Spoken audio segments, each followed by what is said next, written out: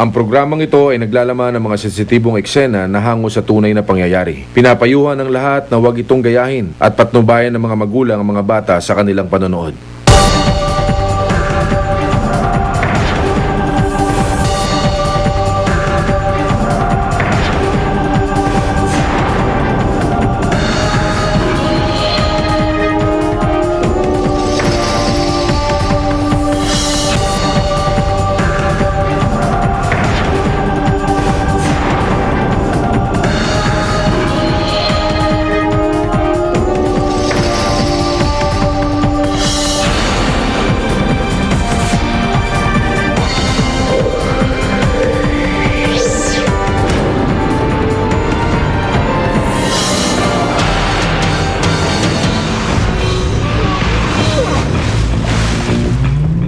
Bakit paboritong kainin ng pinakamalaking hayop sa dagat ang pinakamaliit?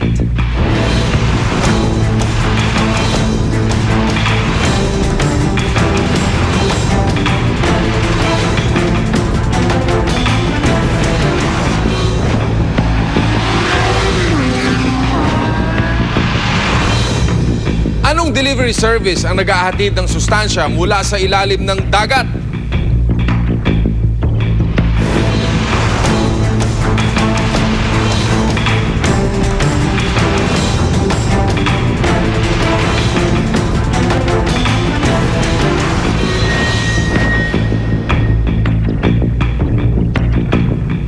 Kailan ang panahon na ang mabangis na pating ay nagiging maamo?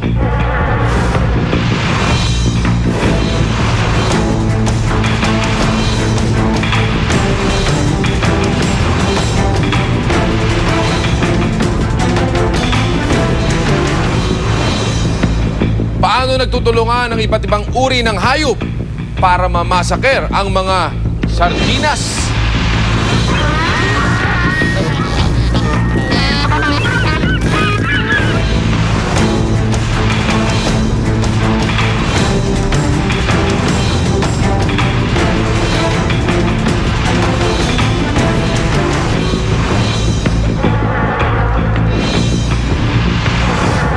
Saan nagaganap ang pinakalaganap na paglalakbay ng mga hayop gabi-gabi?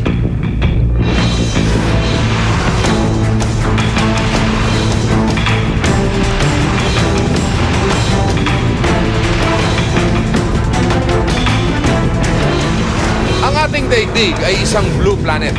Punong-puno ng tubig. Sa surface o sa ibabaw, 70%. Sa volume naman, 97% ng pwedeng tirhan ay dagat. Mula sa seryeng Blue Planet, tutuklasin natin ang mga kwento ng ating mundo ng tubig. Dito lang sa Pops Amazing Story.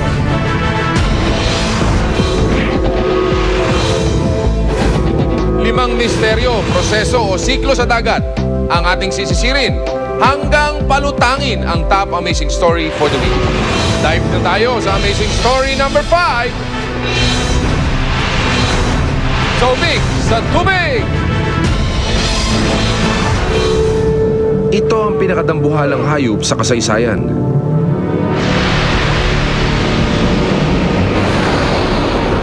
Ang blue whale. 30 meters ang haba. Mahigit 200 tonelada ang timbang. Di hamak na mas malaki kaysa sa pinakamalaking dinosaur. Ang dila niya, simbigat ng elepante. Ang puso niya, sinlaki ng kotse. Ilan sa mga ugat niya, sa sobrang lawak, pwede kang mag-swimming sa loob. At ang buntot niya, sinlapad ng mga pakpak ng maliit na eroplano.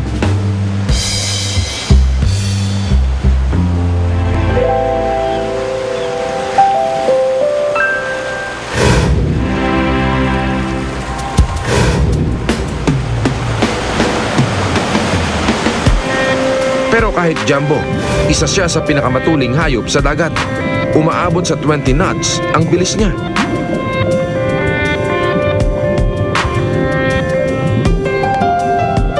Nakakatuwa ang higanting ito. Paboritong lantakan ang isa sa pinakamaliit na nilalang, ang krill. Isang crustacean, pinsan ng hipon. 1 to 2 centimeters lang ang haba ng pangkaraniwang krill. Sa dami nila, nagkukulay pula ang dagat.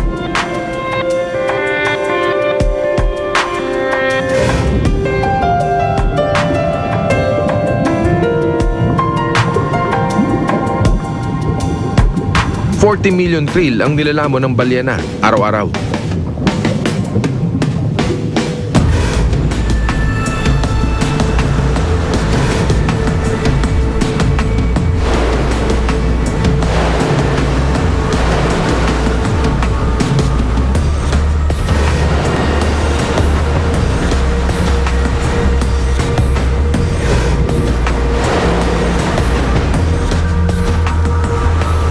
Ang malalaking alon ay paalala sa kapangyarihan ng karagatan.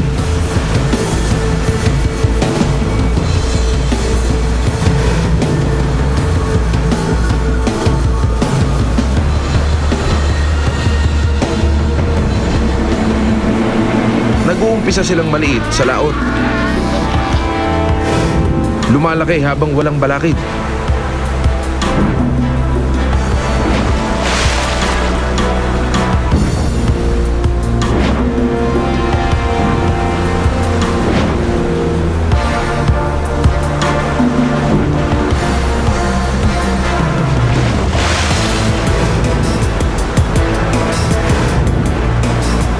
Pero paglapit sa dalampasigan, nababasag ito dahil sa lupa.